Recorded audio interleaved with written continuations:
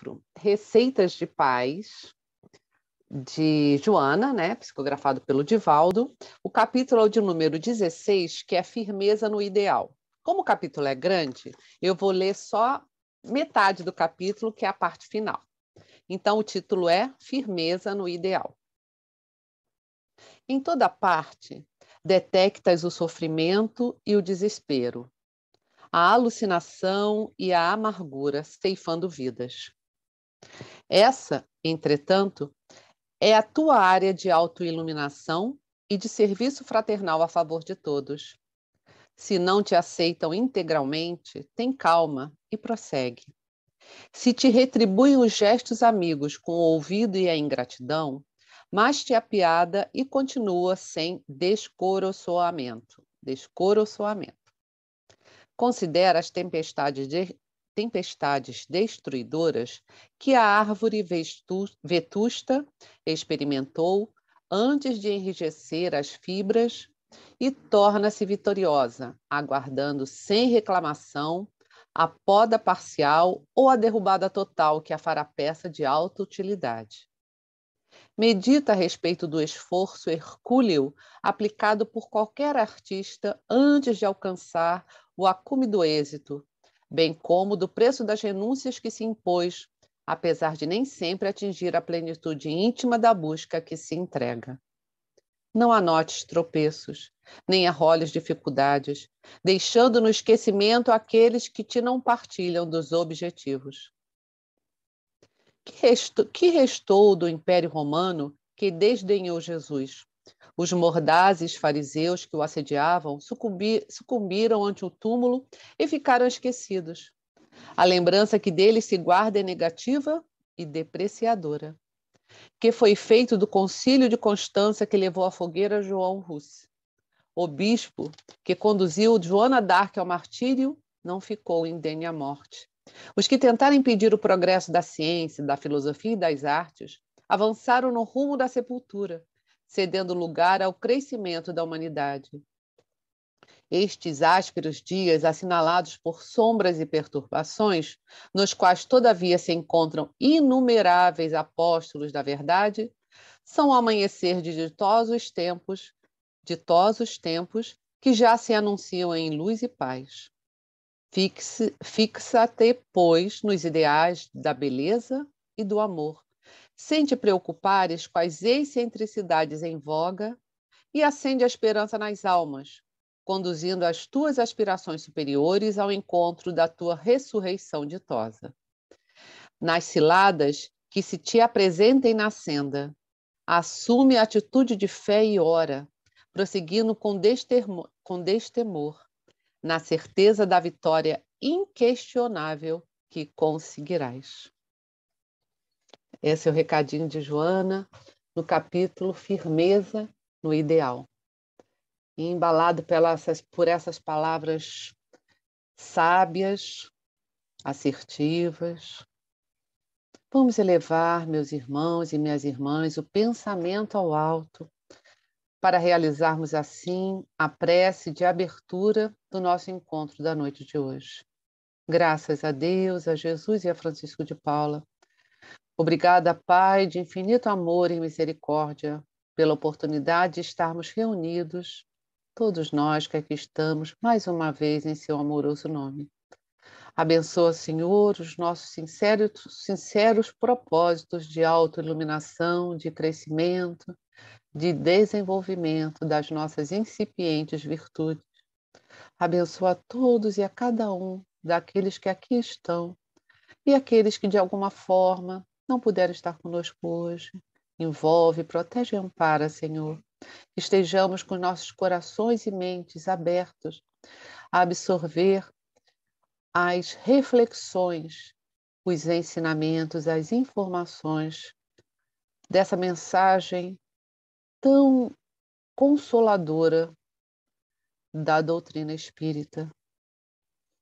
Abençoa, assim, Senhor, a nossa reunião, o nosso irmão que fará o estudo, cada um daqueles que irão colaborar e todos aqueles que estão com o pensamento e o sentimento voltados, sustentando a nossa reunião. Graças a Deus, a Jesus e a Francisco de Paula, que tenhamos uma reunião de paz e de luz. Assim, queridos irmãos, queridas irmãs, vamos dar prosseguimento à nossa reunião e eu vou pedir para a nossa irmã Lúcia Viana que faça a leitura de trecho do Evangelho segundo o Espiritismo. Graças a Deus, graças a Jesus e graças a Francisco de Paula. O Evangelho segundo o Espiritismo, capítulo 27, Pedi e obtereis, o item 15. Está no pensamento o poder da prece, que por nada depende nem das palavras, nem do lugar, nem do momento em que seja feita. Pode-se, portanto, orar em toda a parte e a qualquer hora, a sós ou em comum. A influência do lugar ou do tempo só se faz sentir nas circunstâncias que favoreçam o recolhimento. A prece em comum tem ação mais poderosa quando todos os que oram se associam de coração a um mesmo pensamento e colimam o mesmo objetivo, porquanto é como se muitos clamassem juntos e em uníssono. Mas que importa seja grande o número de pessoas reunidas para orar, se cada uma atua isoladamente e por conta própria. 100 pessoas juntas podem orar como egoístas, enquanto 2 ou 3, ligadas por uma mesma aspiração, oração quais verdadeiros irmãos em Deus, e mais força terá a prece que lhe dirijam do que a das 100 outras. Capítulo 28, os números 4 e 5. Graças a Deus, graças a Jesus e graças a Francisco de Paula. Obrigada, minha irmã. E agora, queridos irmãos, vou passar a palavra para o André, que vai fazer André Santos, ou André Anciães, que vai fazer o estudo de hoje. Hoje é estudo do Evangelho. O tema de hoje é o capítulo 12, os itens 7 e 8, se alguém vos bater na face direita. André, é com você. Primeiro, boa noite a todos. Agradeço a oportunidade de estar aqui mais uma vez. Eu vou compartilhar aqui uma apresentação. Eu só acho que eu sempre esqueço de colocar de um jeito que a minha cabeça não fique na frente do texto, aqui no cantinho. Mas a gente vai lendo aí e dá para... Porque quando a gente usa muito texto, para fazer o estudo sem nada para a pessoa ver, acaba ficando muito maçante, né? Então, como a gente vai ter que usar alguns trechos, a gente sempre traz, não tem nada demais, é só mesmo o texto. Bem, primeiro, assim, eu optei por colocar o título como o restante da frase como título, né? Dar a outra face. Porque, na verdade, é esse o grande foco, né? Desses dois itens, o capítulo inteiro, de certa maneira, mas esses dois itens em especial. E é impossível a gente falar desses itens sem a gente voltar um pouco, né? Nesse próprio capítulo e buscar outras informações que vocês já devem ter visto em estudos anteriores, mas que a gente vai repassar aqui em alguns momentos. Para começar, eu optei por ler o trecho do item 7, porque, primeiro, vamos falar um pouquinho, né, do Livro dos Espíritos, do Evangelho, de toda a codificação. O Kardec, quando ele construiu, ele teve o cuidado e a preocupação de separar muito bem aquilo que é Evangelho, ou seja, Evangelho de Jesus, aquilo que é ditado pelos Espíritos, né, e aquilo que ele escreveu, ele, Kardec, as conclusões a que ele chegou. Então, nesses dois itens, a gente pode perceber claramente que o item 7, que ele separou, é do Evangelho, é o trecho de Mateus, que ele copiou, e o item 8 é um trecho que ele fala, é uma conclusão dele. Por que a conclusão dele? Porque não tem assinatura ao final. Quando é um texto de algum espírito, né, quando é uma psicografia que ele recebeu, alguma coisa assim, ele lá embaixo coloca o nome do espírito e o ano em que foi feito e o local onde foi feita aquela psicografia, foi recebida aquela psicografia. Como nesse caso ele não coloca, conclui-se que foi ele. E ele faz isso em vários pontos da codificação, porque ele era uma pessoa extremamente lógica, racional, E, inclusive, no início, ele teve dificuldade de aceitar a realidade dos acontecimentos espíritas, né? Ele comentou com um amigo dele que o dia que provassem ele que uma mesa tinha nervos e cérebro, etc., né, que ele acreditaria.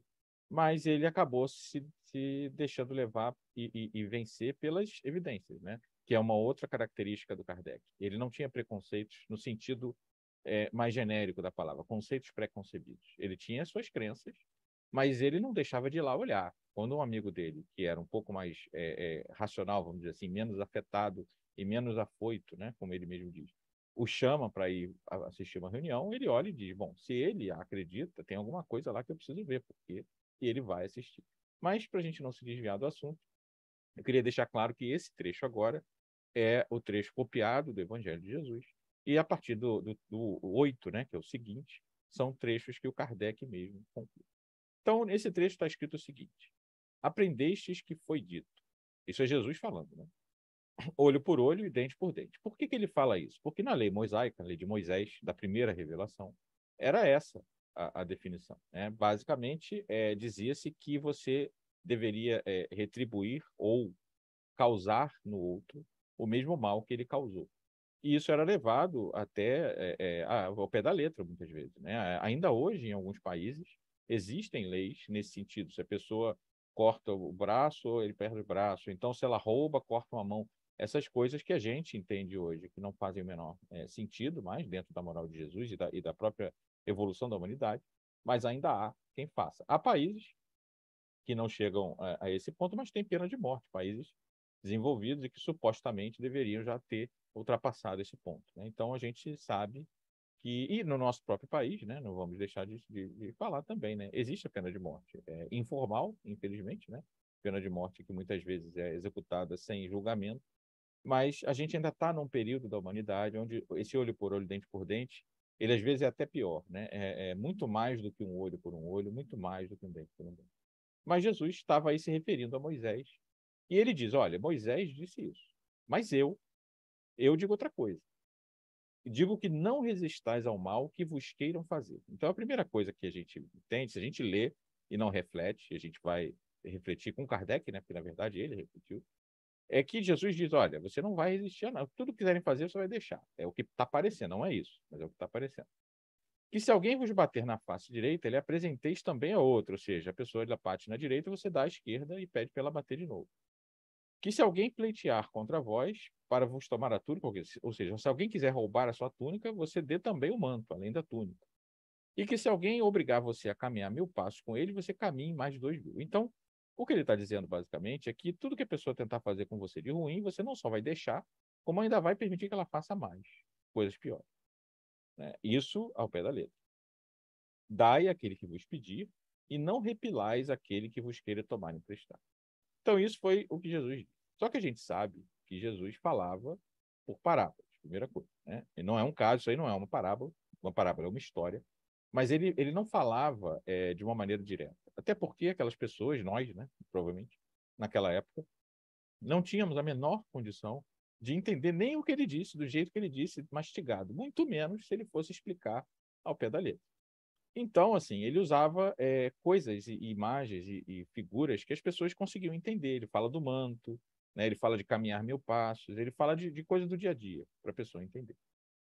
E aí a gente seguindo, né, para tentar refletir, no item 8, que aí já é Kardec falando, né? É Kardec tirando as suas conclusões.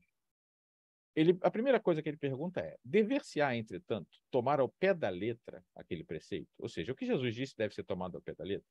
E aí ele conclui: tampouco, ou seja, não, assim como não se toma ao pé da letra aquele mandamento que manda arrancar o olho quando for causa de escândalo, porque isso também estava na lei de Moisés. Lá na lei de Moisés dizia que se seu olho for razão de escândalo, você deve arrancar ele fora. E ninguém fazia isso não faz o menor sentido, né? Então, ele está mostrando aí que o que Moisés disse, e que talvez naquele período onde ele disse, e isso não sou eu que digo, né? Todos os estudiosos dizem isso, fosse necessária aquela energia maior, uma vez que aquele povo, nós, de novo, né, ainda éramos muito atrasados, mas isso não quer dizer que deveria ser tomado ao pé da letra. E ele dá um exemplo. Se eu não arranco o olho, então por que eu vou fazer o que está dizendo lá e andar mais 1000 passos, dar a túnica, o manto, etc. E seguindo, ele diz o seguinte: levado o ensino, ou seja, esse ensino aí, né, que foi dado ao pé da letra, as últimas consequências, importaria em condenar toda a repressão, mesmo legal, e deixar livre o campo aos maus. Então, o que ele está dizendo? Se nós, pessoas, né, indivíduos e sociedade como um todo, fôssemos fazer aquilo que está dizendo lá, que Jesus disse ao pé da letra, tudo o que fosse mal na Terra ficaria sem nenhum tipo de consequência. Se o cara vai querer me bater, eu vou dar outra face. Se ele vai me roubar, eu vou dar mais coisas. Se ele vai me prejudicar, eu vou... no final das contas, passa a ser vantajoso, né? Aquela velha frase, o crime não compensa, em termos terrenos, em termos materiais, porque, do outro lado, a lei de Deus é que se aplica, mas dentro da humanidade, ela deixa de ser verdade. O crime passa a compensar, porque eu vou fazer e ainda vou ganhar mais do que eu queria pegar. Então, primeira conclusão que ele chega, o mal ficaria livre e eles não teriam nenhum motivo de temor, ou seja, aquele que quer fazer o mal faria livre e sem nenhum tipo de preocupação. É demonstrado, né, aí falando de justiça humana, é demonstrado que as consequências, a real aplicação da lei, ela tem um efeito de diminuir o crime ou diminuir aqueles que tentam buscar o crime. Quanto mais medo você tem da consequência, menos provável é que você faça alguma coisa. Se você mora ou vive num lugar onde a probabilidade de você ser pego ou aplicarem uma pena por um determinado crime é muito pequena, é muito mais provável que você tenha tranquilidade de cometer aquele crime. Então, o Kardec diz aí que eles não teriam nenhum medo, né? E continuando, ele conclui: se não lhes pusesse um freio às agressões, ou seja, se deixassem eles fazerem o que eles querem, bem depressa todos os bons seriam suas vítimas. Ou seja, o mundo seria dominado pelo mal e os bons seriam aqueles que nunca teriam. Eu lembrei, lendo isso, né? E aí, obviamente, eu lembrei do filósofo que eu vou citar, porque ele é uma consequência, né? Ele não é uma causa. O filósofo bebeu da mesma fonte, né? É, existe um filósofo chamado Karl Popper, que ficou um pouco mais... voltou um pouco ao dia a dia, né? E à mídia nos últimos tempos. Ele tem um livro chamado A Sociedade Aberta e Seus Inimigos. E ele fala a mesma coisa. Ele está dizendo o seguinte, que a tolerância ilimitada leva ao desaparecimento da tolerância. Ou seja, se você tolera tudo, sem nenhum tipo de restrição, a tolerância em si vai acabar. Por quê? Porque se a gente tem essa tolerância limitada com todos os intolerantes, e se a gente não defende a sociedade desse assalto da intolerância, consequentemente, os intolerantes vão destruir os tolerantes, né? E os tolerantes deixarão de existir. Então, é a mesma coisa, é interessante, porque a gente vai olhar, e aí a gente pode pegar outras filosofias ao redor do mundo. A gente, como espírita, acredita que Jesus é o maior exemplo que a humanidade conheceu. Nós, espíritas, acreditamos. Agora, como é que fica o sujeito que nasceu na China, por exemplo, ou na Rússia, ou o sujeito que nasceu em 1600, antes de Kardec, né, e antes do Espiritismo? Ele não conheceu as regras e as leis e não teve acesso ao que Jesus disse? Óbvio que sim. A questão é que a gente tem essa informação por essa via.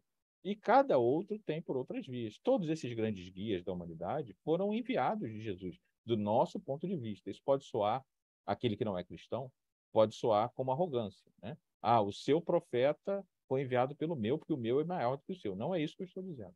O que eu estou dizendo é que eu, enquanto espírita, como eu acredito que Jesus é o guia da humanidade, eu acredito que ele sim enviou os outros. Isso não quer dizer que os outros não são tão bons que, para mim, do meu ponto de vista pequeno, aqui embaixo, eu não consigo diferenciar ele de Jesus. Há uma diferença, há uma hierarquia, mas quem sou eu para diferenciar? Né? Eu não consigo. Então, muito cuidado, né, com esse conceito. Mas todos vieram do mesmo lugar e têm a mesma informação. A lei é uma só.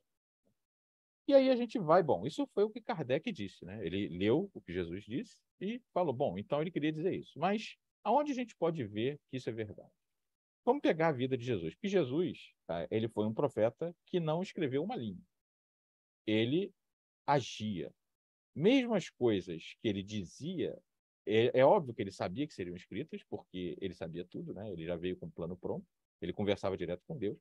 Mas ele não falava para que escrevesse, ele estava ensinando. E alguém escreveu décadas depois, inclusive. Né? Ninguém estava ali anotando na hora, não era um ditado. O exemplo é que era a forma de ação dele.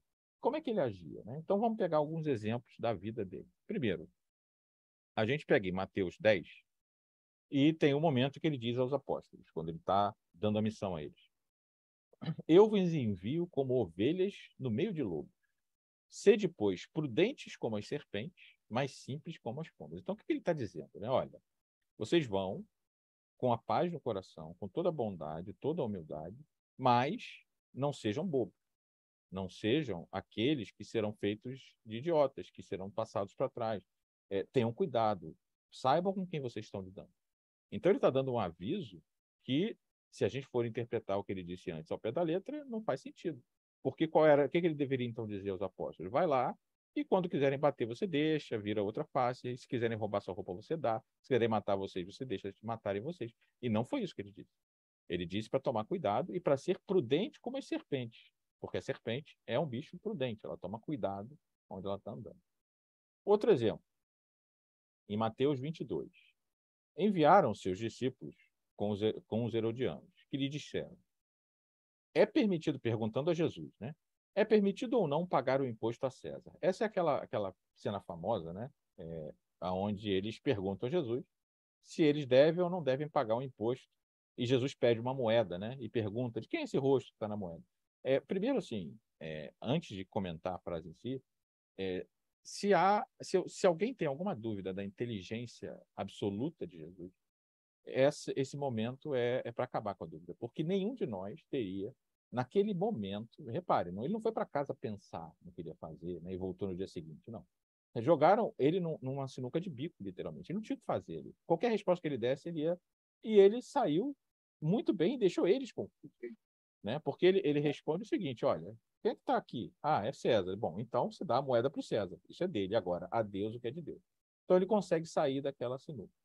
E ele está escrito no Evangelho o seguinte: Jesus, percebendo a sua malícia, então, primeiro, Jesus percebeu a malícia da pergunta, ele sabia que não era uma pergunta inocente, não era uma dúvida, né, que eles queriam pegar ele no contrapé. E ele responde: por que me tentais, hipócritas? E aí, um cuidado que a gente deve ter, né, a linguagem escrita e a comunicação por e-mail e hoje por mensagem instantânea é uma prova disso. Ela é uma comunicação sem emoção clara, né? Então, quando você escreve alguma coisa, ninguém sabe se você está sendo gentil ou agressivo, ninguém sabe se você está tentando fazer uma piada ou sendo sério, e isso gera uma série de problemas. Hoje a gente tem lá os desenhinhos, né, os emoticons, os smiles e tal, que tentam, isso já existia na internet antigamente, mas eles tentam dar um pouco mais de espírito, vamos dizer assim, ao que está sendo escrito, mas nem sempre conseguem. Então a gente tem a tendência de ler o que Jesus dizia e pensar na gente, né? O que a gente já está fazendo? Metendo o dedo na cara, né? Seus hipócritas. E não, André, eu não estava lá, ou talvez até estivesse e fosse um dos hipócritas, mas assim, eu não me lembro. Mas eu não consigo enxergar Jesus fazendo isso. O que eu enxergo é um amor. Ele dizia essas coisas com um carinho e uma piedade que o que ele está dizendo é uma demonstração. É como uma mãe com um filho dizendo: meu filho, não faça isso. Né? Mas ele dizia, ele chamava de hipócrita. Ele botava ali: olha, isso aí que você está fazendo é uma hipocrisia, porque você sabe muito bem o que tem que ser feito e mais do que isso, você está querendo me causar problema. Então ele não entrava nesse jogo. Um outro exemplo, em Mateus 12, a gente tem ele dizendo aos fariseus e saduceus. Os fariseus e saduceus eram aqueles que eles acreditavam só em uma parte dos livros sagrados e eles se auto-intitulavam aqueles que podiam decidir o que era certo e errado. Né?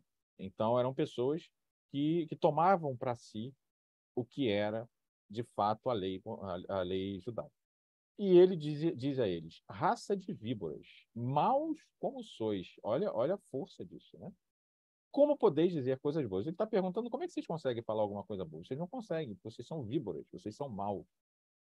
Então, assim, ele não deixava aquilo ficar como por isso mesmo. Né? Seguindo, Mateus 15, de novo para os fariseus e agora com os escribas. Hipócritas, é bem de vós que fala o profeta Isaías: este povo somente me honra com os lábios, seu coração está longe de mim. E a gente tem dezenas de outros exemplos aonde Jesus ele não poupa palavras, ele não poupa admoestações.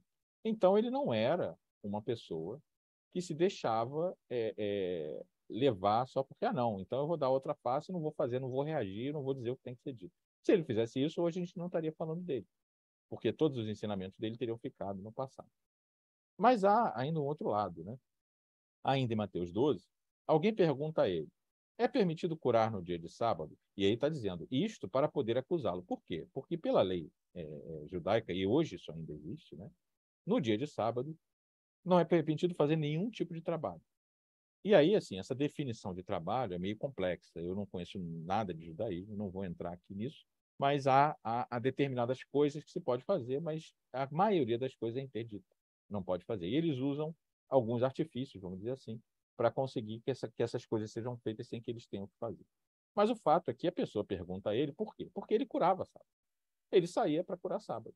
E eles achavam que aquilo era um trabalho, não poderia ser feito. E Jesus responde com uma pergunta, que era uma coisa que ele fazia muito também. Né? Não vale o homem muito mais que uma ovelha? Ele está falando o seguinte, ele pergunta antes, eu não botei aí, que faria grande, se a sua ovelha cair num poço, num dia de sábado, você não vai lá salvar? Ou seja, quando dói no bolso, você não vai lá fazer o que tem que ser feito? Então, se você salva a ovelha,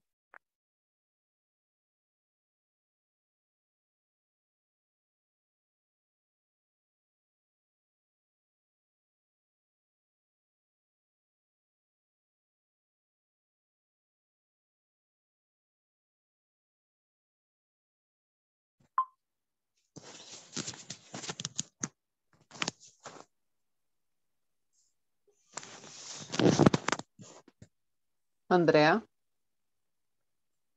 não sei para vocês, mas para mim aqui deu uma congelada. Alguém pode me sinalizar? Eu acho que caiu, acho que ele deve ter caído. Para Tá mim bom. também caiu. Então vamos também aguardar. ficou mudo. Obrigada, gente. Então vamos aguardar um minutinho para que ele retorne.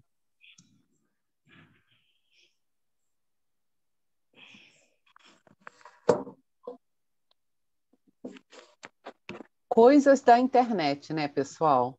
Vantagens e há essa pequena desvantagem que às vezes acontece, independente da nossa boa vontade, às vezes ocorrem essas coisas, né? Vamos aguardar um minutinho, ver se ele retorna. Vou mandar uma mensagem aqui para ele também. Lilian, me ouve? Sim, querido, sim. Você caiu, mas já Acredite se quiser. estabilizou. Não, olha só. Não, acredite se quiser.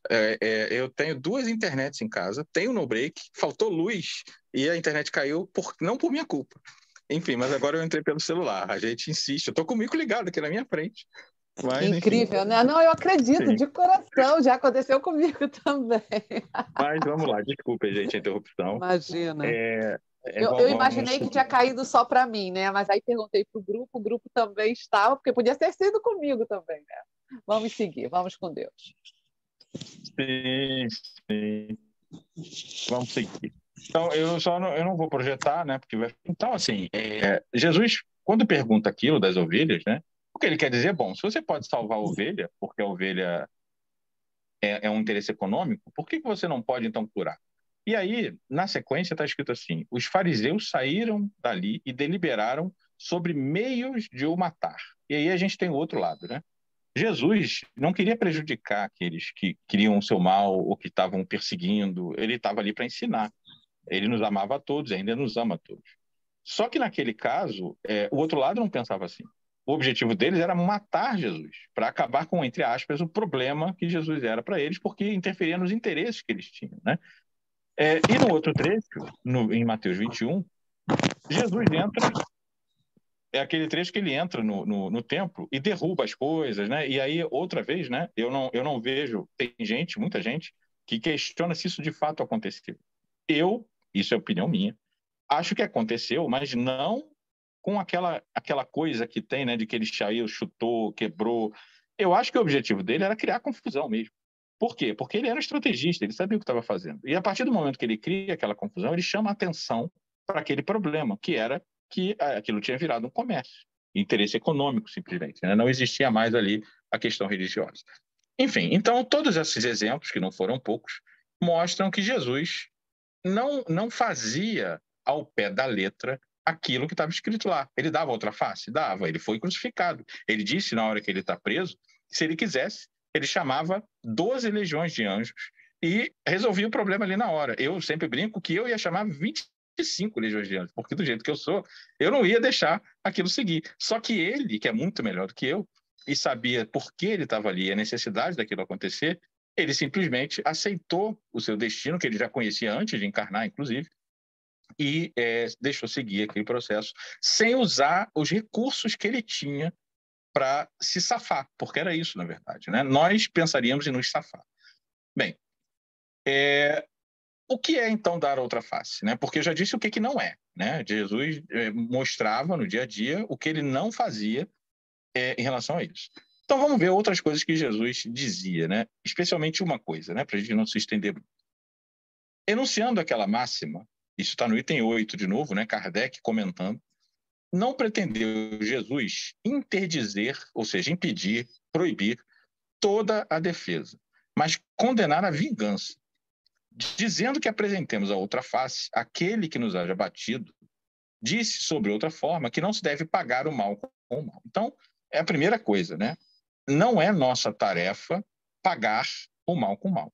Eu não vou agir contra o outro como uma consequência, uma vingança do que ele me fez. Eu tenho o direito de evitar que o mal progrida, mas sem fazer com isso o mal. Eu não posso lançar mão dos mesmos argumentos e das mesmas atitudes, senão eu perco a razão. Né? É aquela velha questão, os fins justificam os meios. Não, eles não justificam os meios.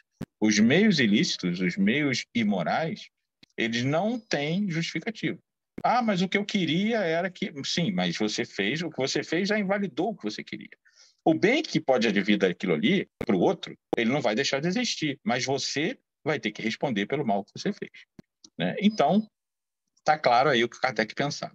E seguindo, ele dizia, o homem deve aceitar com humildade, ou seja, não é só aceitar, reclamando, eu sou um injustiçado, um coitado, não, é com humildade. Tudo o que seja de molde a abater o seu orgulho, a deixar ele, a tirar ele daquele pedestal que nós né, nos colocamos.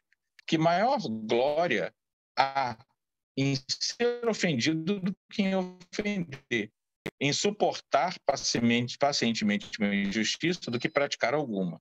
Que mais vale ser enganado. A gente lembra da oração da oração de Francisco de Assis, né, que fala exatamente tudo isso, né? De que é muito melhor você ser aquele que é o ofendido do que aquele que ofende, porque depois, quando chegar do outro lado, né, na outra vida, a ofensa que você sofreu, da qual você foi alvo, objeto, porque sofrer é uma palavra também muito complicada. Vítima, nenhum de nós é vítima, porque todos nós passamos por aquilo que a gente precisa, né? Aquela injustiça, aquela agressão pela qual você passou, eu acho que é a maneira mais neutra de dizer, ela vai ser levada em conta. E a sua reação também. Se você reagiu de maneira positiva, se você não foi agressivo, não teve desejo de vingança, não quis o mal ao outro, isso conta a seu favor. Agora, se você fez ao outro 3 vezes pior do que ele fez a você, você vai sair em débito e não em crédito. Né? Finalmente, no finalzinho do item 8, ele diz, daí vem o repetirmos, Kardec dizendo, incessantemente, lançai para diante o olhar, ou seja, pense no futuro. Quanto mais vos elevares pelo pensamento, acima da vida material, tanto menos vos magoarão as coisas da terra. E aí está a chave de tudo, né? Por que Jesus passou por tudo aquilo? Ele foi perseguido, ele foi preso, ele disse para Pedro tirou a espada, ele falou, guarda a tua espada. Pedro ali podia já defender, ele não quis. Se deixou levar, foi levado para lá, levado para cá, foi a julgamento, junto com bandidos. Foi condenado sem ser culpado, né? naquela maneira de se livrar do problema que Pilatos usou, de deixar o povo decidir. Foi levado à cruz e foi morto. E tudo isso sem ter feito nada de errado, muito pelo contrário.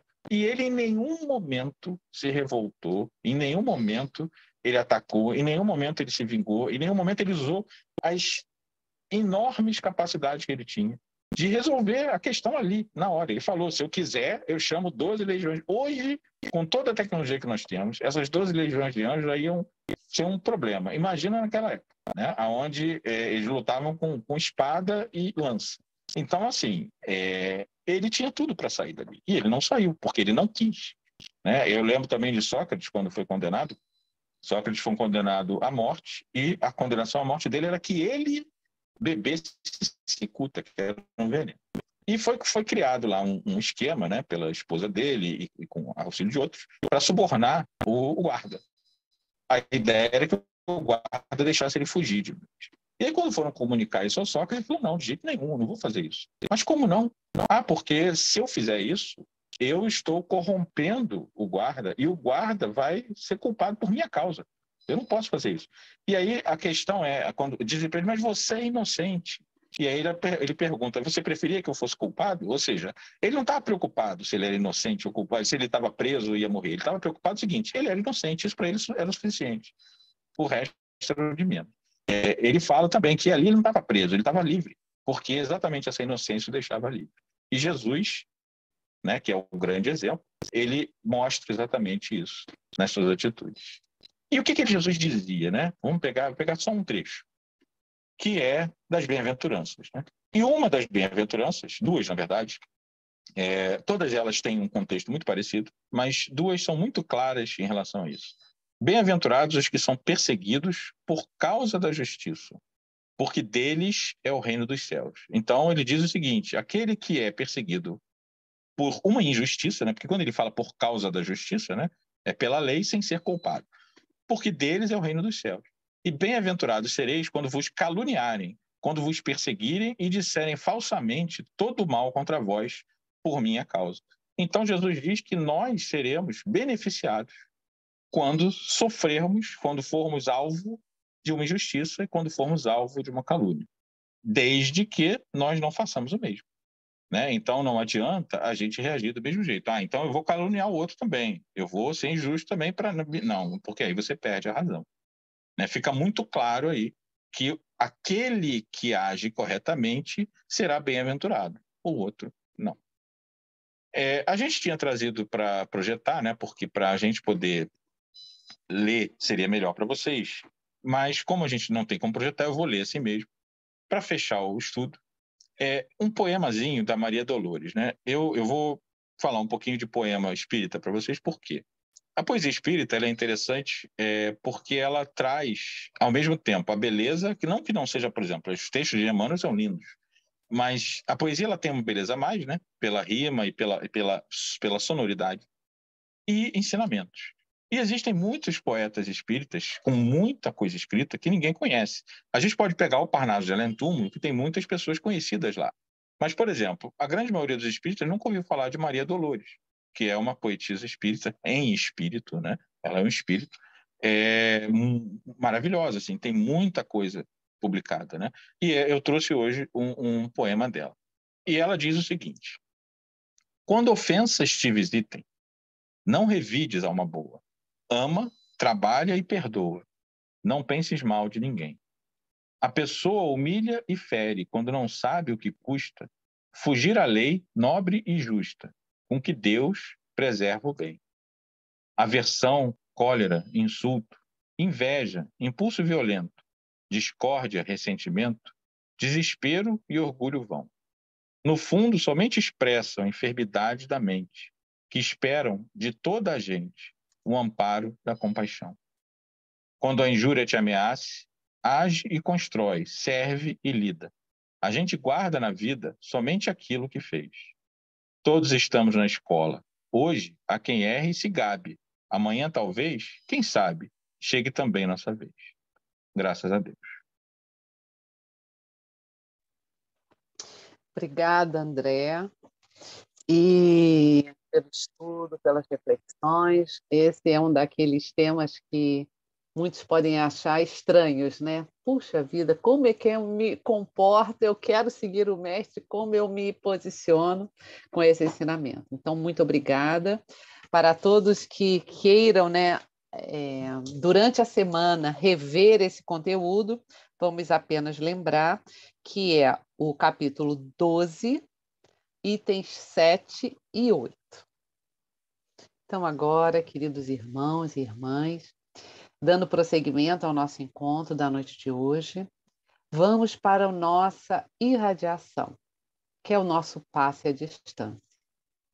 Então, queridos irmãos, queridas irmãs, envolvidos pelos doces ensinamentos do Mestre e pela clara orientação e elucidação da doutrina espírita acerca dos ensinamentos do Mestre Jesus, vamos elevar o nosso pensamento a Deus para a nossa irradiação. Graças a Deus, Pai de infinito amor, nesse instante, Senhor, estamos muito gratos por esta oportunidade de aqui estarmos, pelo estudo que foi realizado, pelas reflexões que tivemos nesse momento e aquelas que ainda iremos ter, amadurecendo esse conteúdo. Mas pedimos, Senhor, nesse momento, muito especialmente por cada um de nós, que o seu amor, Senhor, nos envolva, que essas amorosas vibrações de saúde do corpo e de saúde da alma, de cura do corpo, mas acima de tudo de cura da nossa alma enferma, nos visitem nesse momento, abençoando a cada um de nós que aqui estamos, abençoando, Senhor, os nossos lares, os nossos entes queridos que moram conosco, que vivem neste ambiente, cada um deles, que cada cantinho do nosso espaço seja visitado pelos trabalhadores espirituais, auxiliando nessa limpeza energética, retirando fluidos negativos, miasmas, atraídos por nossa própria invigilância, Senhor, e a nossa própria inconstância no bem. Envolve, Senhor, se houver algum irmãozinho necessitando de amparo e ajuda, desencarnado, que possa ser encaminhado para a Congregação Espírita Francisco de Paula, a fim de que seja atendido, amparado. E nós, Senhor, possamos fazer do nosso lar, pelo nosso esforço diário, um local de paz e de refazimento. Abençoe igualmente, Senhor, os lares dos nossos entes queridos, amores, parentes, amigos, vizinhos, os locais que frequentamos comumente, ambientes de trabalho, ambientes de estudo. Ó Senhor, que se estenda como uma grande onda de amor, de esperança, de paz e de saúde, envolvendo cada cantinho desse nosso querido planeta Terra. Que todos os corações encarnados possam ser visitados, Senhor, nesse momento, onde quer que estejam, como estejam. Sejam envolvidos pelos seus mentores espirituais, pelos seus anjos guardiães, a fim de que se sintam reconfortados, amparados e a sua fé fortalecida na esperança de renovação de cada dia. Muito obrigado, Senhor. Muito obrigado por tantas bênçãos, por tanta paz e por tanto amor. Graças a Deus, a Jesus e a Francisco de Paula. Agora, meus irmãos e minhas irmãs, dando prosseguimento ao nosso encontro, nós vamos para um momento de prece pelos nossos irmãos que já atravessaram os portões da chamada morte e se encontram na pátria espiritual. Vamos convidar a Lucinha, né? Lucinha e Guto aí, a Lucinha, para fazer a prece para os nossos irmãos desencarnados. Lucinha. Amigo Jesus, que a tua luz brilhe, a tua misericórdia para esses irmãos que acabaram de deixar a terra, que deixaram a terra em circunstâncias aflitivas e que ainda se encontram necessitando de tanto amparo da tua luz, que a tua luz alcance a cada um fazendo-os despertar com mais serenidade, com a esperança renovada e dispostos a encontrar a caminhada necessária aos seus progressos. Que possam eles aceitar o amparo dos amigos espirituais designados às suas orientações e que a tua paz, a tua luz os conduzam cada vez melhor e que eles possam aceitar com serenidade os caminhos a eles destinados. Graças a Deus, a Jesus e a Francisco de Paula. Assim seja, minha irmã, assim seja. Bom, queridos irmãos e queridas irmãs, já estamos nos encaminhando para o final do nosso encontro da noite de hoje. Nesse momento, como tínhamos poucos no início, eu estava dando uma olhada em quem está por aqui. Mariana Tomás, querida, você está por aqui?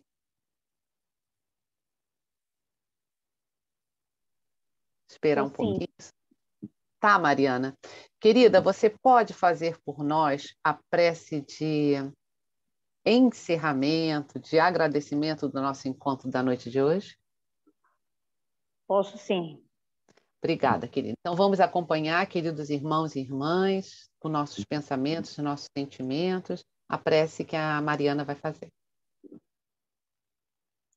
Graças a Deus, a Jesus e a Francisco de Paula.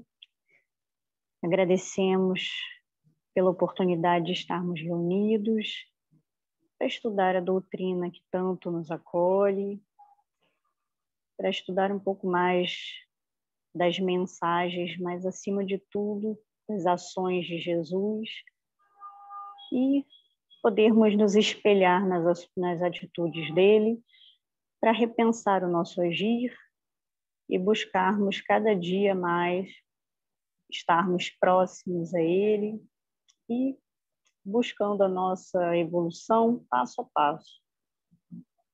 Agradecemos, Pai, por tudo, pela paz que nos envolve nesse momento, e que possamos ter uma boa semana e estarmos reunidos novamente na próxima quarta-feira. Graças a Deus, a Jesus e a Francisco de Paula. Assim, queridos irmãos e irmãs, em nome de Deus, do Mestre amado Jesus e do nosso patrono Francisco de Paula, damos assim como encerrado o nosso encontro desta quarta-feira à noite. Graças a Deus. Queridos irmãos, apenas pedimos só um instantinho, eu estou aqui abrindo, meu computador resolveu iniciar, e eu estou abrindo aqui, não sei se alguma das meninas está por aí, se Eliane ou a Aninha está por aí. Eu estou tentando aqui abrir o boletim. Só um minutinho, gente, já estou a caminho, já estou fazendo aqui. Estou abrindo aqui. Minutinho, para darmos as notícias da nossa casa. Só um minuto, por favor. Gente, quando a gente quer achar, né? Já estava aqui separadinho, hein? Acho que nem a Ana Matheus está aí e nem a Eliane, né? Que a Eliane seria a dirigente de hoje, mas hoje ela está estava com impedimento. A Andréia está por aí, Andréia? Acho que vi a Andréia. Eu estou tentando achar o boletim. Espera aí, deixa eu ver se eu acho aqui agora. Acredito Lili, que... eu estou Oi. aqui, mas eu não tenho imagem. Tá... Não, tudo bem, mas você está com acesso aí ao boletim? Eu estou procurando também. Enquanto você estava falando, eu estava procurando. Peraí. Se você conseguir achar, porque olha, gente, parece brincadeira, né? Parece brincadeira, mas não é não. Agora tá que nem o André quando caiu com as duas internets, né? Eu não estou achando aqui. Posso adiantar algumas coisas. Não estou achando, gente. Infelizmente. Bom, eu posso adiantar o seguinte. A boa notícia é que a nossa sessão é uma das últimas sessões que ainda está acontecendo exclusivamente virtualmente. Nossa programação está fechada até setembro, porque lá no salão da congregação, no segundo andar, estava tendo uma turma de educação mediúnica. Então, a partir de setembro, quer dizer, de outubro, vamos fechar a nossa programação, que já está escalado quem vai fazer a palestra, mas a partir de outubro nós estaremos presenciais, viu? Quarta-feira, só que não vai ter segundo e terceiro andar, como tinha, né? Achei o boletim, Lili. Beleza. Ou você me manda, achei o boletim de agosto. Ou você pode falar. Então, é só para dizer, então, que estaremos presencialmente a partir de outubro, mas a gente vai ter tempo para ir avisando isso também, tá bom? Andréia, querida, se você estiver com acesso e puder ler, querida. Eu posso. Agradeceria muito. Obrigada. O boletim de agosto tem a questão referente a esse tempo, né, que a gente está de dificuldade financeira. Então, eles solicitam que a gente, quem puder ajudar, tem o nosso lar, né, de Francisco e os nossos assistidos. A ideia é que a gente consiga fazer uma doação financeira, né? Então, esse é o primeiro item aqui com relação a uma ajuda financeira que a gente precisa para manter a assistência que a gente dá. As preces e evidências já foram iniciadas, né? A prioridade é para quem tinha prece e evidência marcada desde março de 2020, né? Para remarcar e obter mais informações, a gente tem que procurar a recepção para poder fazer a remarcação. O Bazar da Congregação já voltou às atividades desde o início desse mês, no dia 3 de agosto. Né? Essa questão que a Lili falou, não vou repetir, porque a nossa sessão aqui é a única que ainda não voltou. Então, todas as outras sessões já retornaram no presencial. Né? A casa precisa de médiuns voluntários para fazer o atendimento ao enfermo. Quem estiver interessado tem que falar com o Mário no telefone 98899-9931. E aí vem os pedidos com relação ao enxoval de bebês, que a gente está sempre pedindo isso o ano todo, né? A gente precisa de todo aquele vestuário dos bebês, sabonete infantil, conjuntinho de pagão e tal. O cadastramento das gestantes pode ser feito às terças-feiras, de 2 às 17. E a gestante tem que levar uma identidade, um cartão do SUS. A gente está com a campanha de Inverno Solidário, que é uma campanha muito importante também. Então, quem puder doar cobertores, né, as crianças e as crianças assistidas. Tem crianças da evangelização e crianças assistidas. Quem preferir comprar o cobertor pode levar lá na congregação, e quem preferir doar em espécie, envia o comprovante do valor transferido para 971-33-9513.